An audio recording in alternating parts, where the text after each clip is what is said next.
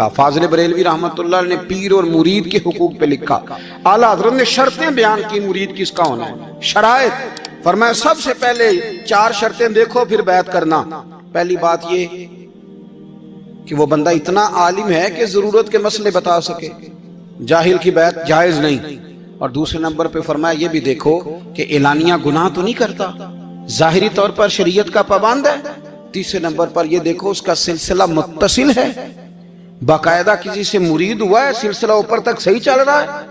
اور فرمایا چوتھا یہ ضرور یاد رکھنا کہ خلیفہ مجاز ہو, کسی شیخ کامل نے اسے اجازت بھی اپنی مرضی سے نہ بن کے بیٹھ گیا ہو کہ مجھے تویز مل گئے ہیں, یہ نہ ہو. فرمایا ان چیزوں کو دیکھو اور پھر پوری پابندیاں لگائیں.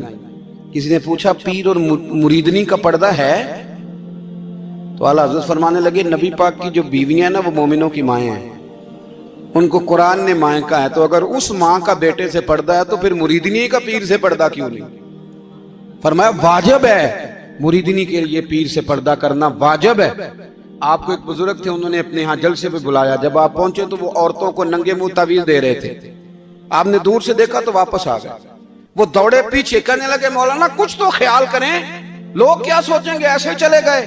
تو آپ فرمانے لگے شاہ جی آپ نبی پاک کی شریعت کا خیال نہ کریں تو میں آپ کا خیال کروں, شریعت اسلامیہ کا خیال نہیں کر رہے, بے پردہ عورتوں میں بیٹھے ہو. وہ کہنے لگے میں توبہ کرتا ہوں, آج کے بعد نہیں کروں گا. فرمایا پھر ہاتھ بڑھائیے, پھر میں آپ کے ہاتھوں کے بوسے لیتا ہوں. اس لیے کہ اگر آپ مان گئے ہیں تو پھر ہمارا اختلاف نہیں. ساری زندگی دین کی پہرے داری کی. اعلیٰ حضرت رحمت اللہ علیہ نے آج سے 150 سال پہلے کہا تھا مسلمان اپنے بینک قائم کریں, اپنا سرمایہ. ایک جو باتیں آج کر رہے ہیں نا آپ کے لوگ دانشور, وہ 125 سال پہلے کہا تھا کہ اپنے بینک بناؤ, آپس میں مسلمان تجارت کریں. فرمایا اپنا پیسہ ایک دوسرے پر خرچ کرو, غریبوں کو وظائف دو, وہ سارے طریقے اپناؤ جو صحابہ نے اور محبوب کریم نے ہمیں عطا فرمائے. مسلمانوں کی فلاح پر انہوں نے بڑا کام کیا. وہ زمانہ اقبال پہلے کہا کرتے تھے سارے جہاں سے اچھا ہندوستان ہمارا, پھر اللہ نے توفیق دی تو کہنے لگے نہیں خاص ہے ترکیب میں قوم رسول ہاشمی.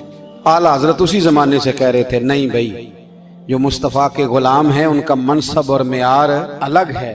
بڑی محبت سے زندگی گزاری, اللہ سے بڑا ڈرتے تھے. سید ایوب علی رضوی صاحب آپ کے خلیفہ ہیں, وہ کہتے ہیں ایک چھوٹا سا بچہ صبح صبح آ گیا, کہنے لگا حضور آپ کی کل دعوت کرنی, آ جائیں گے؟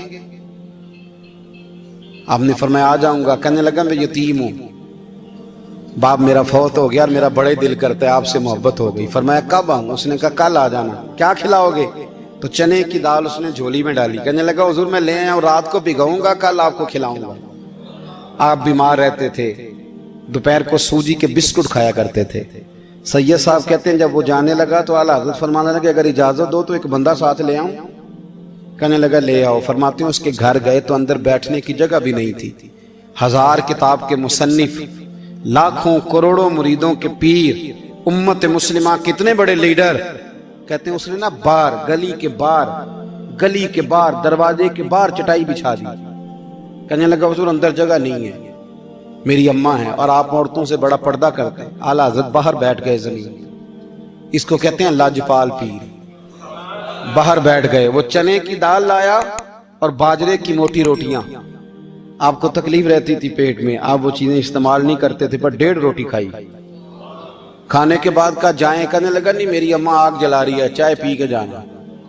وہ چائے آئی, جو بندہ سڑک سے گزرتا حضور جہاں بیٹھنے, فرمایا جاؤ کام کرو, دعوت ہماری ہے تمہاری نہیں, جاؤ اپنا کام کرو. وہاں بیٹھ کے کھانا کھایا. جب واپس نکلے تو اس بچے نے اجازت دی جائیے. واپس آئے تو کچھ چہرے پہ کمزوری کے آثار تھے, کچھ تکلیف پیٹ میں شروع ہو گئی. سید صاحب کہنے لگے حضور آپ نے کیا کیا, بیمار ہو جائیں گے. فرمانے لگے ایوب علی یار بیماری تو ٹھیک ہو جائے گی, پر تو نے دیکھا نہیں یتیم کا دل کتنا راضی ہو گیا ہے, کتنا راضی ہو گیا اس کا دل, کتنا وہ خوش ہوا ہے. اور فرمایا جب یتیم راضی ہوتا ہے تو اللہ بھی راضی ہوتا ہے, اللہ کے نبی بھی راضی ہوتا ہے. بڑی پرہیزگاری والی زندگی گزاری. 3 باتیں ان کی زندگی کا اصول تھا. ایک فرماتے تھے تمسک بالدین کرو, مضبوطی کے ساتھ دین کو پکڑ لو. اور دوسرا فرماتے تھے جو اللہ رسول کے دشمن ہیں ان سے ہمیشہ بچو, جو ذرا بھی کہیں بے ادبی کرے اس سے پرہیز کرو.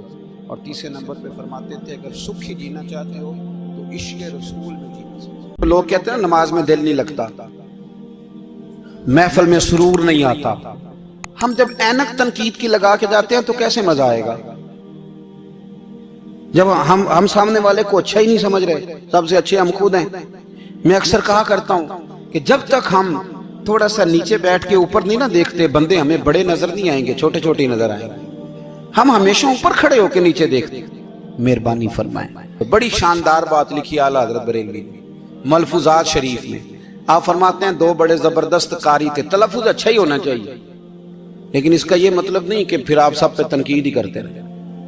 اعلیٰ حضرت فرماتے دو قاریوں نے نا ایک بزرگ کے پیچھے نماز پڑھی، تو ان کے نا کچھ قواعد مستحب، کچھ قواعد ٹھیک نہیں تھے، تو کہنے لگے شہرت تو بڑی سنی تھی، پر بابے کو تو قرآن بھی صحیح نہیں پڑھنا تھا۔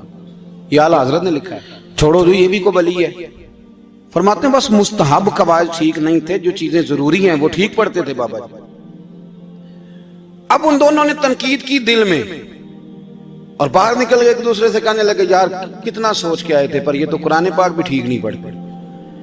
اب موسم تھا تھوڑا سا ایسے ہی معتدل موسم تھا، نہ زیادہ گرمی تھی نہ زیادہ سردی تھی، قریب ایک جھیل تھی، کپڑے اتارے، تہمتیں باندھی اور جھیل میں گھس گئے نہانے کے لیے۔